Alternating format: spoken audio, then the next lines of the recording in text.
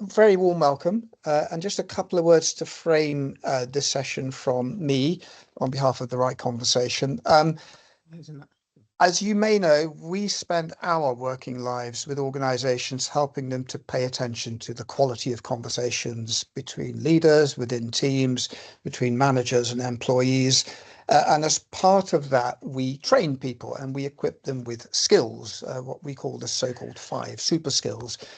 And one of the things that we are noticing increasingly, which is directly linked to today, is that people come to our workshops, learn about the skills, and then we meet them afterwards and they say it's been really helpful, but we've actually struggled to find the time to apply the skills, to have the conversations we need to have.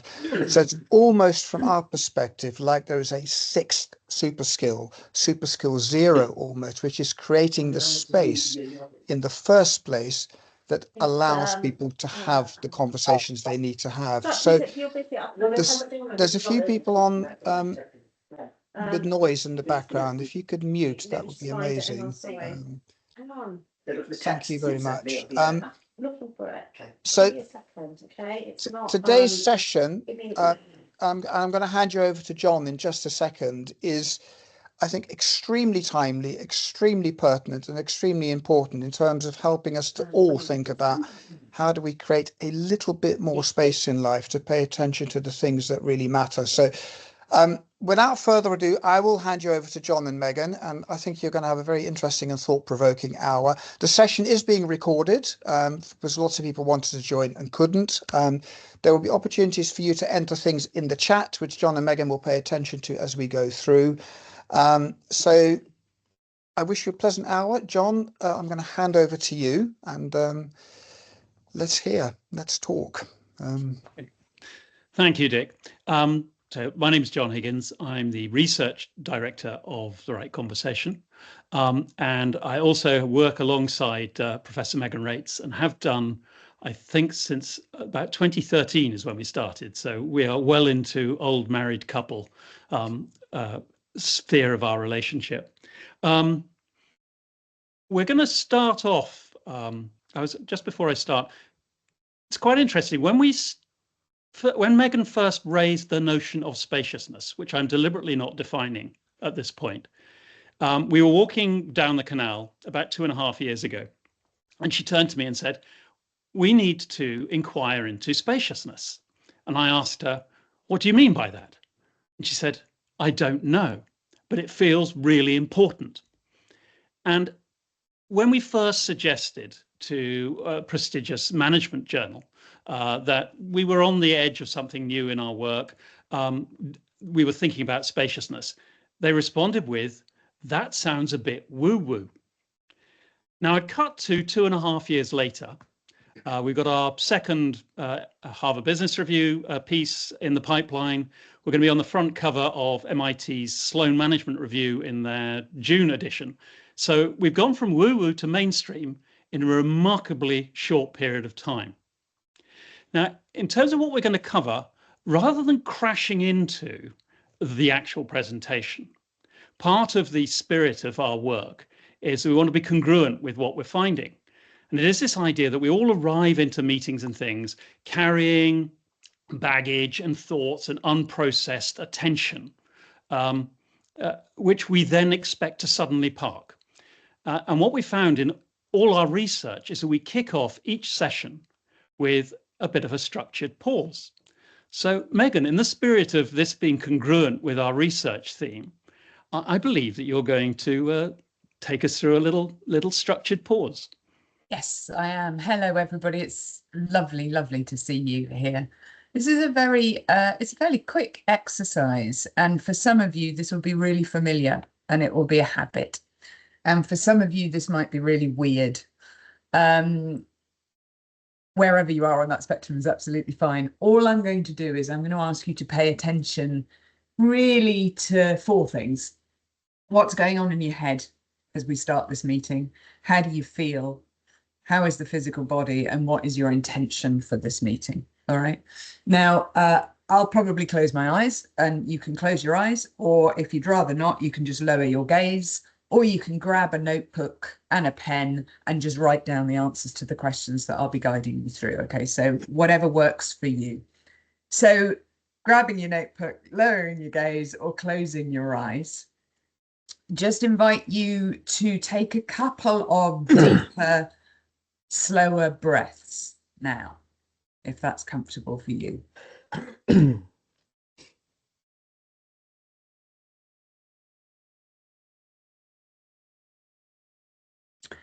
And I'd like you first to turn your attention very intentionally to what the state of your mind is like at the beginning of this meeting. So what sorts of thoughts are currently going through your mind? You may have thoughts about this exercise. You may be distracted by something that's going on in the wider world. You may have a noisy mind or a quiet mind, and you don't need to change it at all. So this isn't about you changing what's there. It's just about noticing, that's the state of my mind as we start this meeting.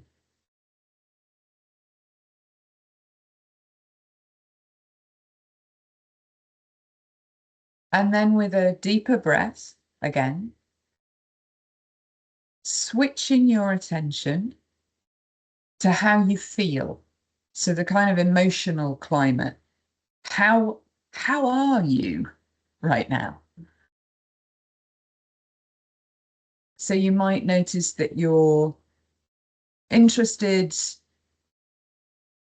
tired, optimistic, pessimistic, stressed, calm. You might be a mixture of those, or you might have no clue at all how you feel, frankly. It's too early in the morning. All of those things are fine. So again, you don't have to, I'm not asking you to change anything. Just pay attention. Just sort of notice. How are you?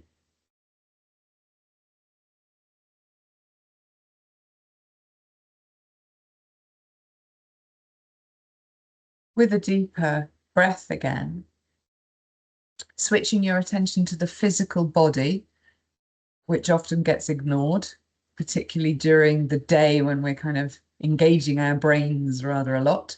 So just do a bit of a scan. So starting with the feet on the floor, noticing perhaps sensations in the feet, contact with the floor right now. Just scanning all the way up the body and noticing the sensations that are most obvious and vivid. Maybe noticing areas of comfort or discomfort. Notice where you're tensing, where you might be relaxed.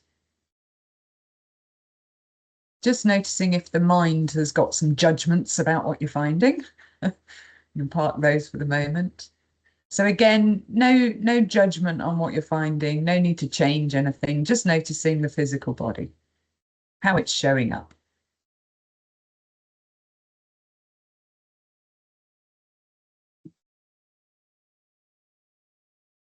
And the final thing, with a deeper breath, again, just to mark the switch of attention, got a final question for you, which is, if you were to hold an intention for this next hour that would be really helpful for you and helpful for others that are on the call,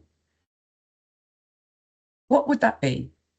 So what intention that feels like a sort of generative, helpful intention, what intention can you bring to this particular meeting that you can experiment with?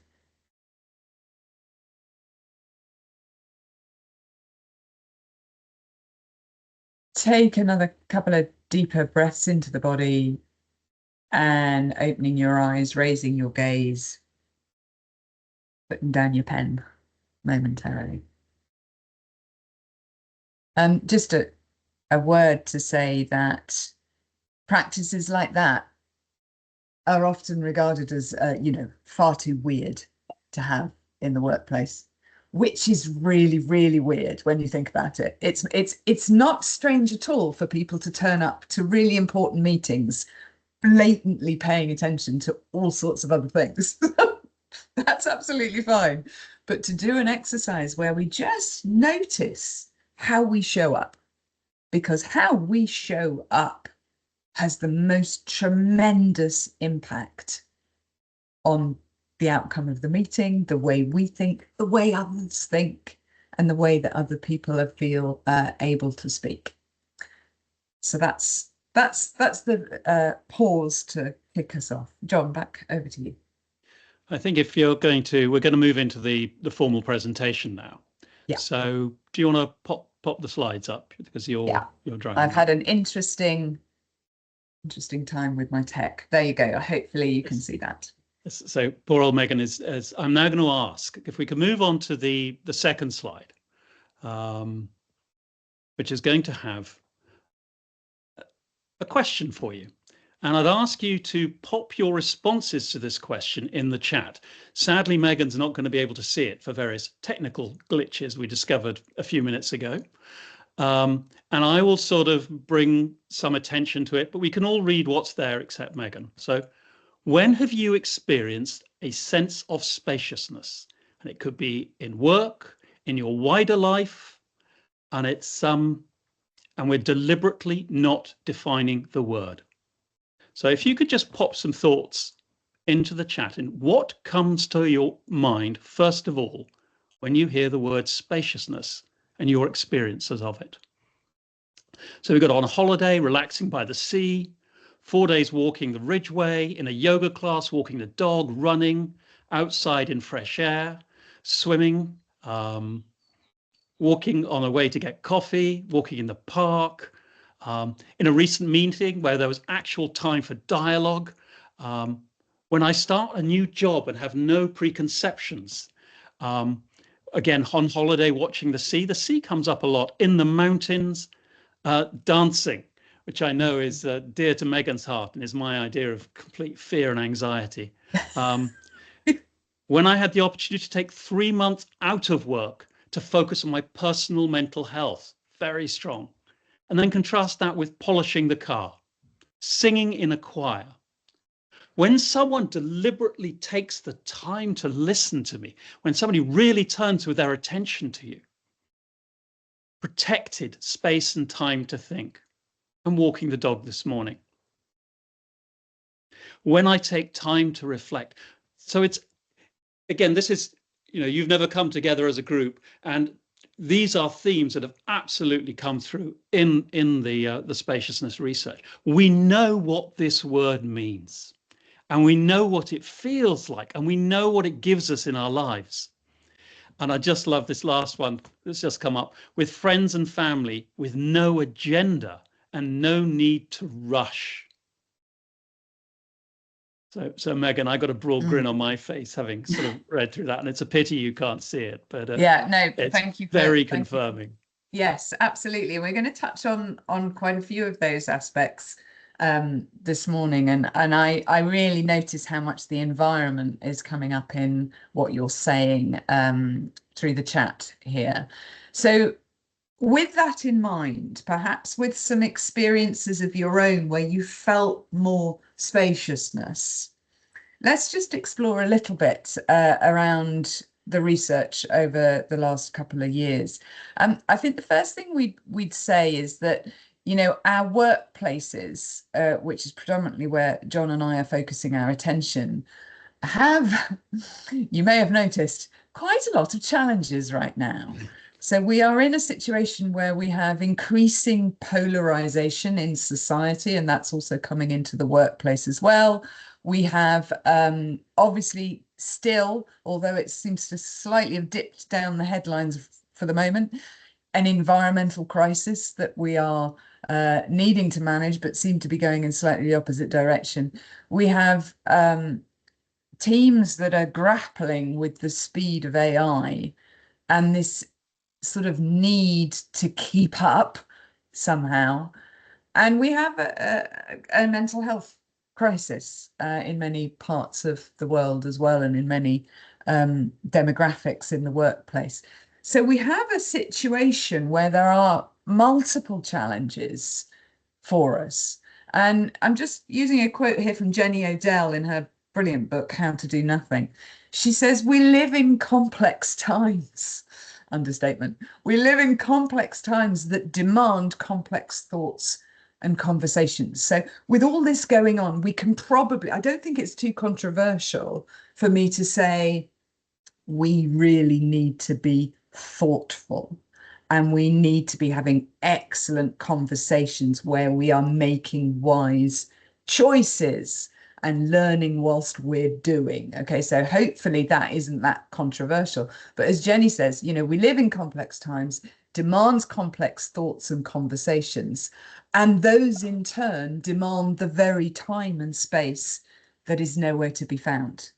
And that's really kind of the impetus for John and my research in this area. We need to be having the most amazing conversations, the most skillful and thoughtful and careful and caring conversations that we ever have done. And yet we seem to be at a time where everybody's like, God, just too busy. Just can't find the space. So just to give that a little bit of data, we over the last decade or so, we've surveyed about, I think it's 23,000 employees. Over the last couple of years, we've surveyed about 3,000 specifically on spaciousness. Picture of a fire hydrant. One of the people that we interviewed had a very absolutely fabulous metaphor as far as I was concerned. He said, being in a team meeting, being in my team meetings is like drinking from a fire hydrant. So in other words, it's coming so quick. There's so much stuff, he literally couldn't breathe. And when you look at some of the data in our survey, we've got 40% of people, roughly, saying that they're unable to pause during the day to plan and prioritize. So 40% of us are not able to plan and prioritize during the day. 28% say that they can't take the time to consider and respond to what other people say. And then we've got 59% of people describing their meetings as rushed. You can see the other statistics there: distracted, stressful, and hierarchy. This is not the kind of situation conducive to wisdom that the current situation calls for from us. So that's sort of the context. And John, I'm going to pass over to you just to look at these two modes that have come up during our research. Right. And again, the way we are framing this, and we got caught in this a bit during our research, we can get a bit binary, as if to saying, you know, one is good and one is bad. We are saying we have a very strong doing mode. And I'll go through some of the characteristics of that in a bit when Megan pops them up. But that doing has become an overplayed strength. And like any overplayed strength, it means that we approach every problem as if it's a doing problem. And when we talk about doing, we're having that great strength to have a narrow focused attention. Again, we really need that. And that gives us the sense of control and predictability. And when we are approaching the world, it is through that instrumental frame. We are looking to say, how can I use a situation? How can I put this to good value? And again, we tend to stick to the cognitive stuff. And so Megan in the pause was beginning to challenge that by saying, can we pay attention both our cognitive and other than cognitive selves? And again, part of the challenge is that our cognitive selves can understand problems and situations very, very quickly. Our emotional sides tend to be somewhat slower beasts. And again, part of the curse of the overplayed doing is that we've taken things like short-term tangible metrics and turned them from useful tools into unfortunate masters. And again, everything now has to be tangible. And then all sorts of things get missed. So when you're talking about something like enthusiasm, joy, love, the things that really energize us in the day, well, they're not really that tangible, are they? Unless you've got an MRI scanner and you're going to get very reductionist about how the human brain works. And also with the doing, and this coincides with our sustained culture, particularly in the global north, is of the focus on the sovereign individual. We may talk about teams, we're on a platform called Teams, and yet our focus, our reward mechanisms are so individually focused. And it means that when we pay attention to something like a conversation, we are looking at how we can put it to individual use with a tangible outcome. And since conversations are a social activity, this immediately somewhat kiboshes them. So some of the things in terms of the dimensions that came up when we think about what's in this other spacious mode, with this, in many ways, we think should be guiding the doing mode, not substituting it, but setting the context for the tasks that we need to do. And in the spacious mode, I notice my voice begin to slow down. This is when we can be expansive, when we can bring unhurried attention. And if I was going to really try and summarize the theme of all our work of the last 2.5 years, this has been about attention management. And it's broadly, how do we coexist with our narrow attention and our broader attention? The trouble is we keep on trying to treat our broader, expansive attention as if it was something that we could narrow and control. Again, part of the spacious mode is to be in the present moment. A lot of your chat things, for me, were about enjoying the walk, hearing the sea. It's just being there, not thinking about what you're going to do with it or what it's going to enable you to achieve. It's just enjoying the sound of the sea, the cup of coffee, the dog with you. And this, again, having talked about the cognitive stuff, this is an embodied experience. We are embodied beings. And it is also, as a counterpoint to the sort of sovereign individuality, this is deeply relational. There is this whole notion that actually we only exist in relationship with each other. We can only have conversation. We can only create meaning in relationship with each other. And that, of course, leads us to interdependencies.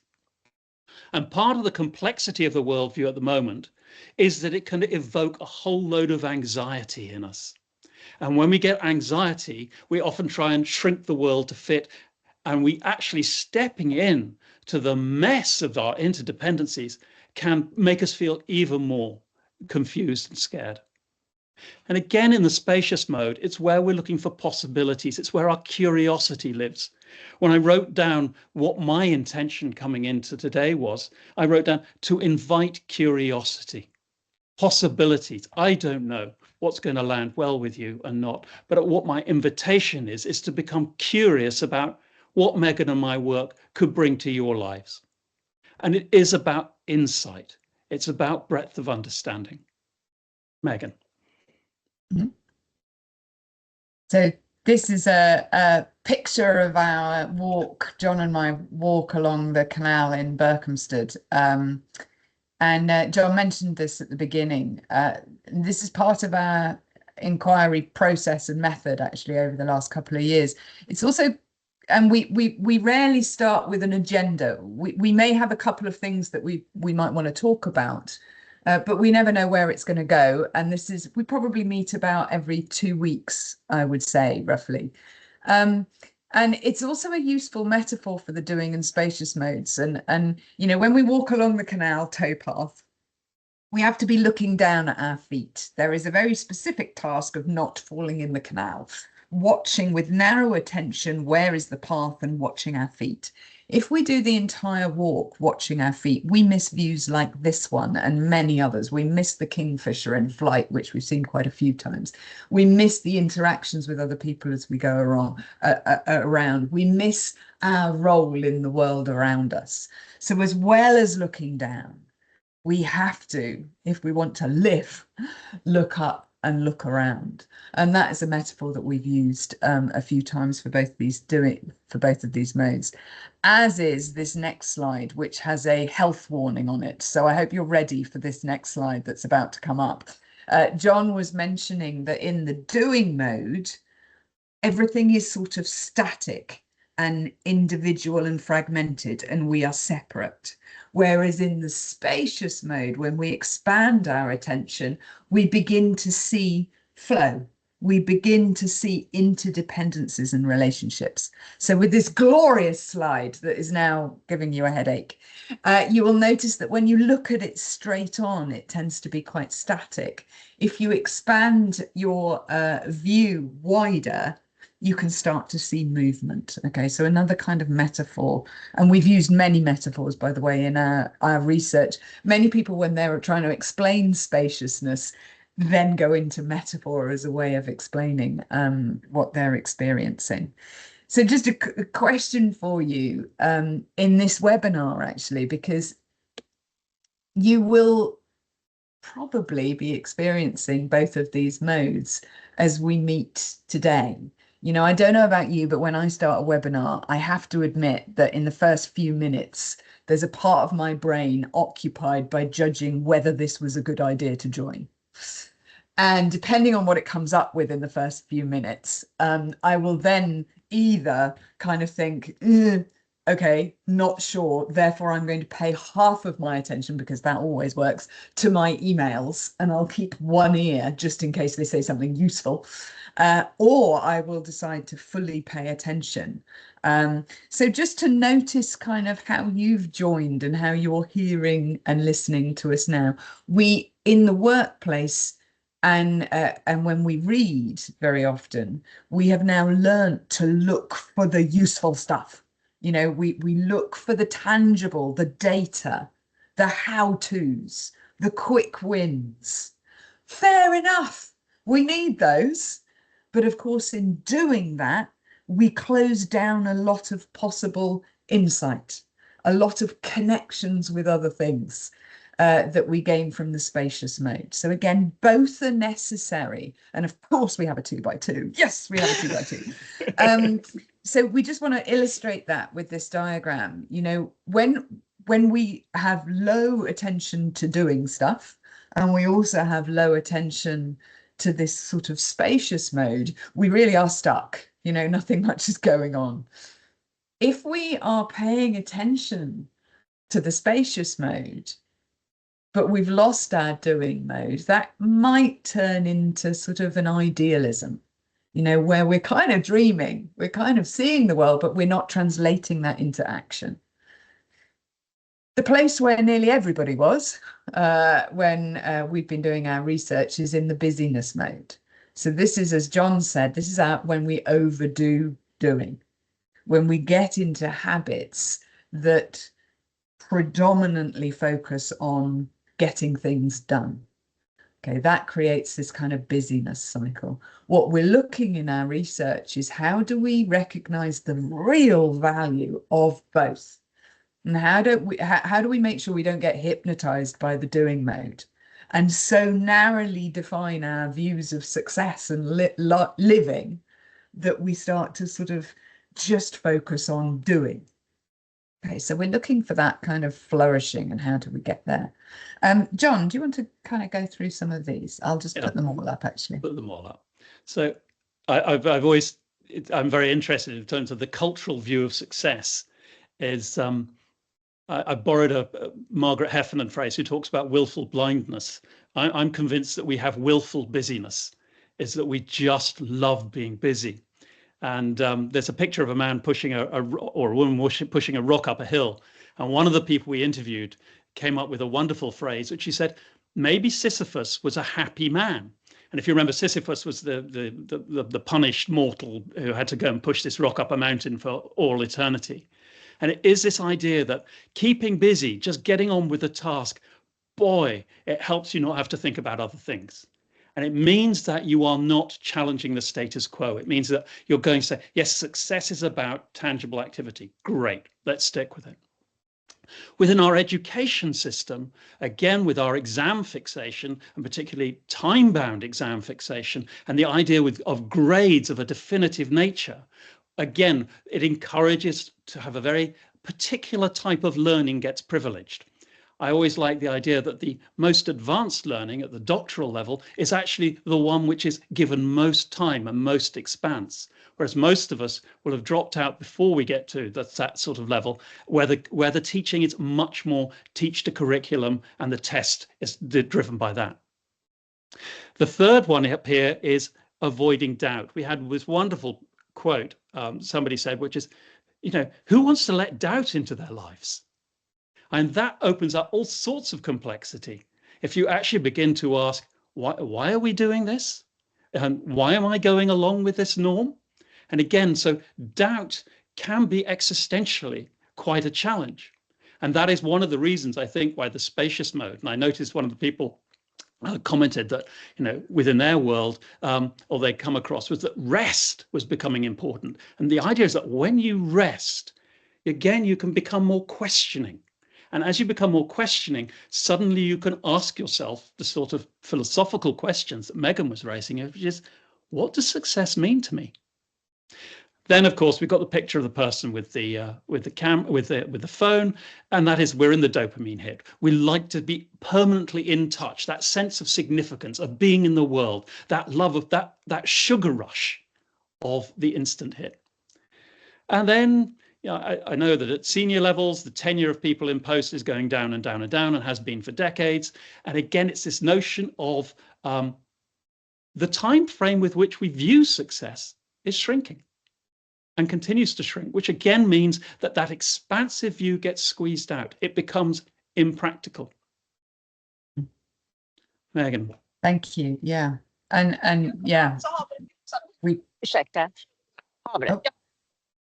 just hearing some voices in the background there.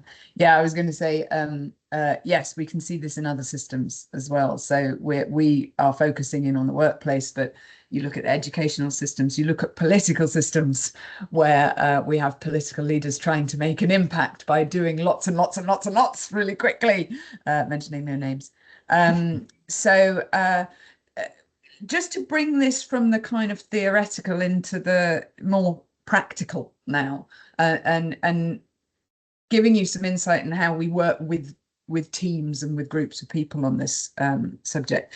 Let's look at the way that we have conversations, because the way that we have conversations is a good indication of how we pay attention to these two modes and the kind of implications of that.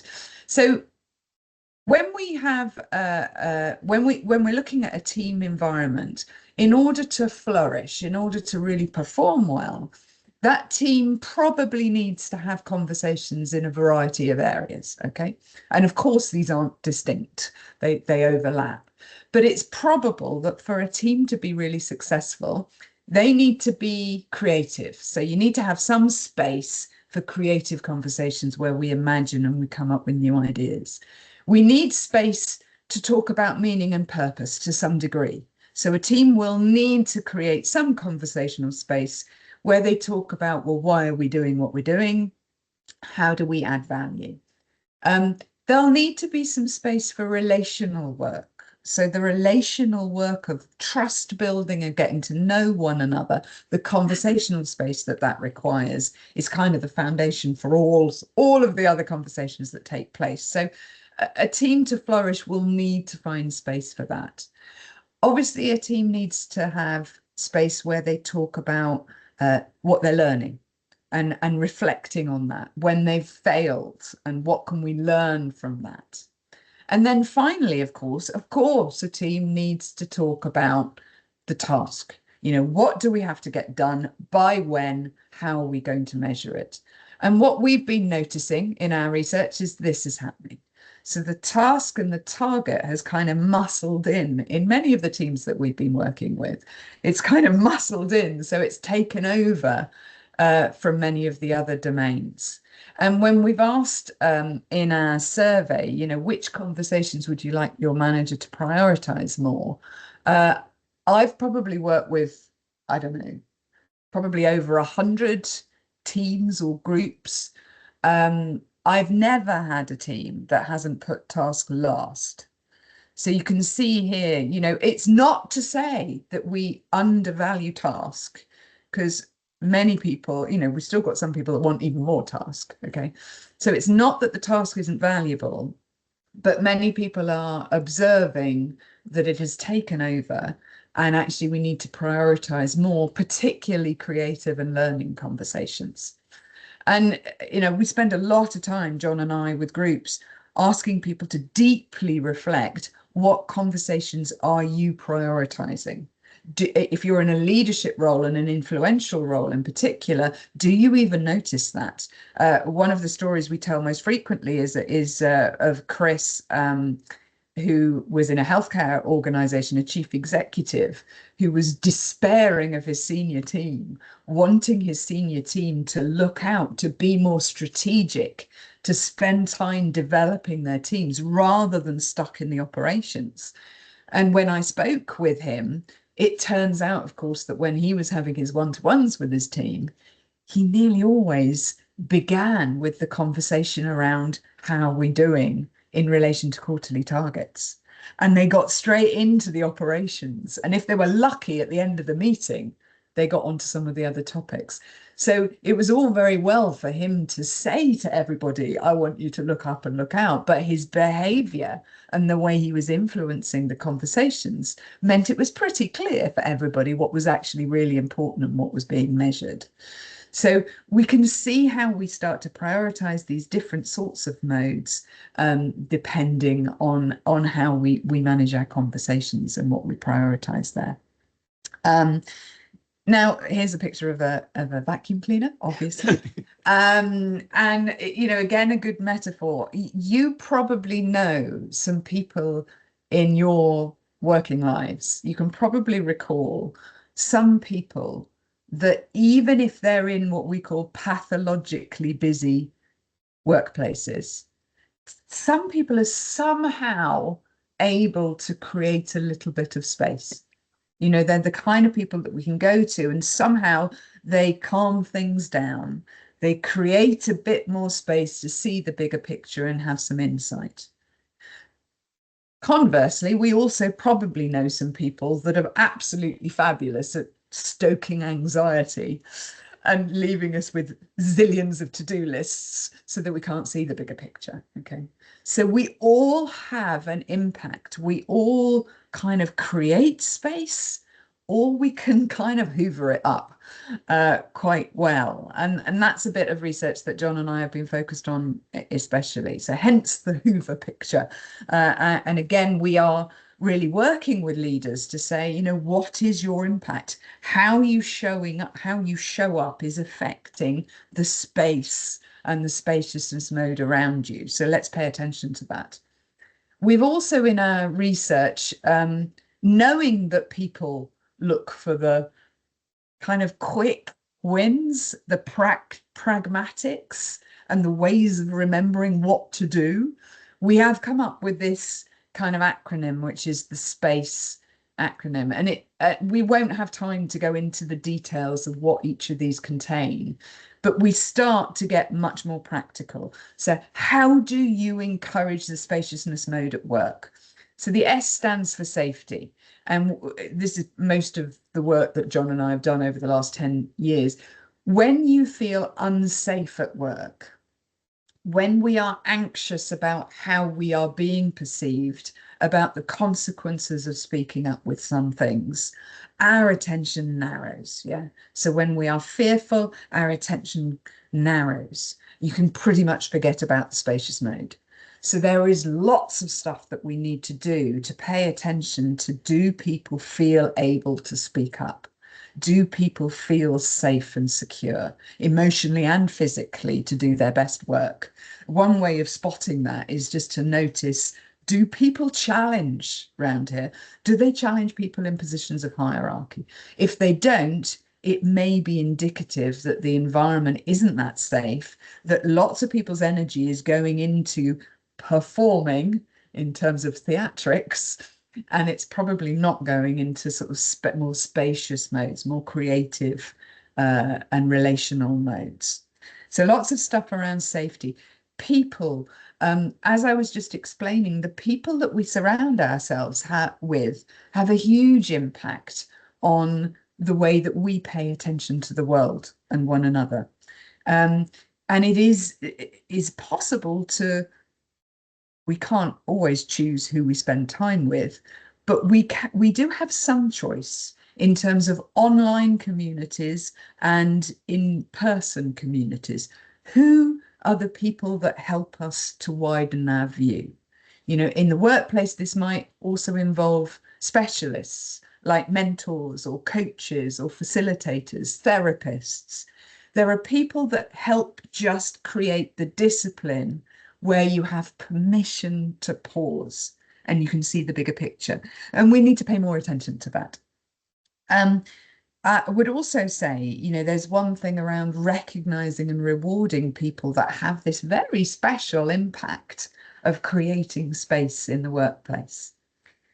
Attention, we can train how we pay attention. This links into the work that I've done with Michael Chaskelson over the last decade as well on mindfulness practice. So we can train our brain. We can train how we pay attention. Nearly all of us leave it up to chance, which is extraordinary when you think that attention is possibly, according to some people, the most valuable resource that we have, the thing that defines our lives. Most of us just leave it up to chance, and yet it is trainable. Things like metrics force us to pay attention to certain things in organizations. So the capacity to really notice that and critically examine how we're influencing attention is really important. Very small pragmatic exercises like what we call speed bumps in the daily lives are really important. Let me give you an example from our mindfulness research. We had a few people that when they put the key in the front door at the end of the day, they used that as a little speed bump to notice, to pay attention to how they were and how they were about to show up to their family or their friends in their house. So it's that little speed bump to kind of go, wait a second, pause. How am I? How am I about to show up? What do I want to bring into this house? So lots of lovely little examples of little speed bumps where we can wake up during the day. Conflict, that's a slightly unusual one here. Conflict here is dissonance, and it's around encountering difference, whether that's being in a different environment, listening to a different sort of person about a different subject, going on a sabbatical, encountering dissonance so that we wake up from our habitually narrow focus. So lots of possibilities and opportunities there. And the final one there is environment. I noticed in your chat right at the beginning, a lot of you mentioned the impact of the natural environment. And our environment greatly influences whether we're in doing or spacious modes. So again, the more that we can pay attention to that, the more that we can pay attention to how and where we do meetings, for example, the more we're likely to influence the way that attention is happening in the workplace. That is a bit of a lightning speed tour around more pragmatic things that we've got in our research. Just two other things to leave you with. I thought you might be interested just in some invitations and provocations I usually give with the groups that I'm working with. Here's the first one. You know, a lot of our work talks about how you show up, and we've talked about that today in this webinar. How we show up impacts the voices of people around us, which is absolutely extraordinary. So when we're in that fretful doing mode, it has an impact. When we show up more spaciously, that has an impact. So how can we pay attention to that more? We're often challenging, John and I are often challenging our audiences into questioning whether they're in an optimism bubble. So we know that as you get more senior especially, you are very likely to overestimate how approachable you are, as well as your listening skills. So we tend to think, yeah, people can approach us, people are speaking up. Similarly, it seems that many of us think that we are quite spacious people. Of course, we have that impact on others. And actually, we're asking people to just pause and pay a bit of attention to that because we tend to be a bit optimistic about it. Linked to that, of course, and linked into much of our work is, you know, we tend to be a little bit more intimidating than we realize, especially when we have some of these high status labels. And again, when we have high status labels, and if we're intimidating others, we then tend to be putting them into a place where they're more anxious, and that reduces their attentional space. So if we can put people at their ease more, we are likely to encourage that spacious mode. The small conversations are really important. And these are the ones that get squeezed out when we're incredibly busy. And yet, if we squeeze out those relational conversations, all the other important conversations that rely on them tend to disappear.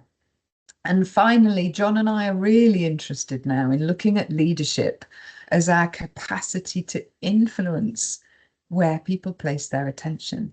And that is a hugely, I mean, it's an amazing responsibility to have, to impact other people's attention. And it's one that we need to pay much more attention on. So we're going to finish, John, back over to you. Are you sitting comfortably? Yes, this is really energized people. I'm going to finish this with a bedtime story. And after this, you can pop some questions in the chat. And Megan, I'd say if you come off the screen at that point so you can actually see what's in the chat, that would be good. Yes. So let me read to you our great, we thought, how can we summarize this whole experience? And we went to Winnie the Pooh. So here is Edward Bear coming downstairs now, bump, bump, bump on the back of his head behind Christopher Robin. It is, as far as he knows, the only way of coming downstairs.